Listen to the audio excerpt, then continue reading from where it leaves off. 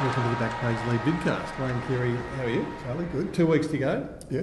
You got 1 out of 2 on the weekend. You thought, which is probably about, got Adelaide and you tipped Adelaide and West Coast, but Collingwood must have surprised you a bit. Both the underdogs, and both really good games, and both could have gone either way, to be honest. West Coast hit the front in the last quarter.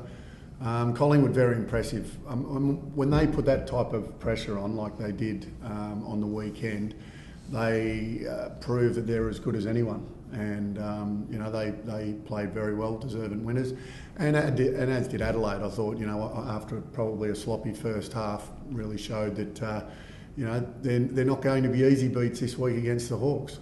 Well, I'll ask you about that game in a minute. Collingwood didn't need the rain, which you thought they might have, to keep the West Coast forward line under some sort of control. Yeah, I did. I thought that, after seeing what West Coast did to the Kangaroos a week before, albeit at home, I thought West Coast might be a little bit too big. Once again, Collingwood defy what I thought would be a problem for them, and that's not be big enough in their back half. And they really stood up, and like I said, their pressure was just absolutely brilliant. Their tackling, chasing, contested ball, all of that type of stuff was right on top. And Ben Reid was great. Yeah, and when they play that type of footy, it takes me back to when they won the grand final. They just didn't miss a tackle. They didn't miss a smother. They did everything right, and that's what they did the other night. You reckon they're almost at that level? They were the other night. I think the difference between them this year and even last year, until they got a lot of injuries late, is a consistency in that, and I think that they were at their best on the weekend.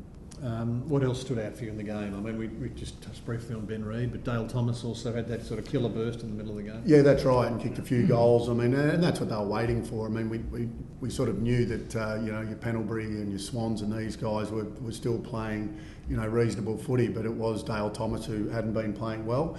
We do know that he's a match winner. He's capable of doing that, and I think to win a grand final and to win finals, you need match winners. Dale Thomas was a lot better than what he's been. Like you said, to kick those 3 goals in that quarter was brilliant. And then you look at Adelaide and you look at Walker and what he did to win the game for Adelaide, and that's what happens. Pavlich did it the week before for Freo, wasn't able to do it 2 weeks in a row. West Coast did hit the front early in the last quarter, as you said. Then Andrew Embley had that stubbed sort of kick along the ground, which led to a costly turnover. Have you ever done one of those? Yes, I have. Yeah. Did one in the Legends game this year, actually. Kicking destroying. He kicked into the ground. But no, look, look, you just don't expect that from Andrew Embley. And we saw him the week before against the Kangaroos. He couldn't do a thing wrong. He was, he was chasing, he was running, he was kicking long goals on the run. The other mistake that he made was he was actually on Dale Thomas when Dale Thomas kicked one of those goals, and just were trailing him in when he actually kicked one of those goals. So wasn't one of his best games. He's a Norm Smith medalist. He's a great finals player, been a fantastic player. Wasn't his night. No, it wasn't. Do you imagine Collingwood will risk Alan Didak and Chris Dawes, who both obviously have hampered by some sort of injury? Well, I don't think they'll take any risk at all. I mean, Alan Didak, we know he can be a match winner, but I think if there was any doubt about Dawes, you certainly wouldn't be saying we'll play, because he's not in great form, full stop. So if there's any doubt in terms of injury, he won't be playing. It is an amazing stat. We talked about this as we were coming into the room. Of the 26 qualifying final losers since the year 2000, 24 of them have gone on to win in the second week, including these two this weekend. So it doesn't matter how well you win your elimination final by, and that meant Freo and West Coast this year. The odds history would tell you not much chance of winning the next week. Well, what it did is showed us that the sides that finished in the top 4 were the best sides. Yep. So even though they lost that first final, they were able to bounce back, and that's what it showed us. I guess they got rewarded for their consistency during the year. Yep. Let's just talk quickly about Adelaide and Freo. Similarly close match. Luke McFarlane was a key loss for the Dockers, wasn't he? Because Taylor Walker, who you mentioned, just got away totally from Alex Silvani. Yeah, that's right. But you look, and it's Walker's a match winner. Tippett's a worrying one for me, but coming up against the Hawks, he has to fire up. Sean Makers has been a guy that's has struggled with bigger players. Yep. So you'd expect Gibson, who's a general for Hawthorn, to maybe go to a Walker. You know, we saw Geelong with Podsy Adley try to take Gibson out of his comfort zone and get him away so he's not the general down there. You're not going to want to sacrifice Walker, but at the same time you want to upset the way the Hawks set up. So it's going to be an intriguing game, and I dare say it, you know, obviously the on-ball is so important, but Big Tippett, who has been quiet since his concussions, needs to have a big game, irrespective of, he's just got to get the thoughts out of his head about whether he's there or he's made a decision not to be there and all of those things. This is a final, a prelim final, time to stand up. There you go, you've been told. Adelaide's crowd was sort of noteworthy as well for all the wrong reasons. 31,000, I think 20,000 less than capacity. The Adelaide show was on apparently, so that might have dragged a few of them away. But it's a strangely empty. It was disappointing because, you know, we know that Adelaide have got, you know, 50,000 members, so. Yeah.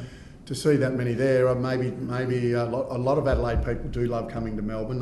They do get very good support over here in Melbourne. They do travel, so maybe they were counting their chickens. I think they might have thought that they would win this one and they'd be playing next week, and they did. So maybe that's an excuse. They might have been booking their plane tickets for this week.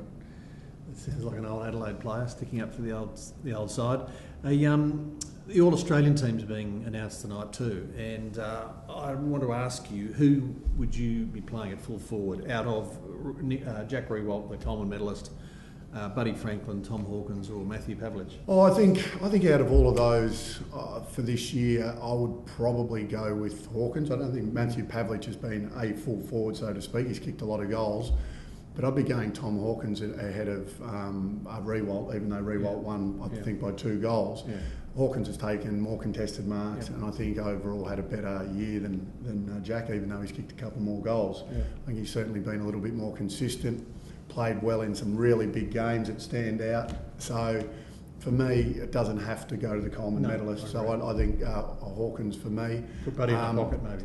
Or Buddy could play centre forward, couldn't he? Yep. You can put two in. That's normally who else would be at centre forward if Buddy wasn't? You'd probably have Buddy at centre. Matthew Pavlich has had another terrific year. If you're saying he's not invited, then I don't know. What's he done something wrong, or is he? No.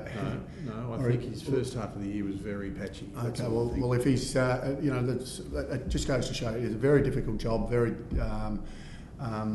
There's a lot of players that can rotate through there. I hope what they've done this year, though, if I don't want to see on-ballers just for the sake of them having good years, on-ballers playing on the half-forward flank and in the forward pocket just to fit all the on-ballers in. If they don't play there during the year, don't name them there. You've been told. Wayne Carey, thank you very much, and we look forward to your previews of the preliminary final a bit later.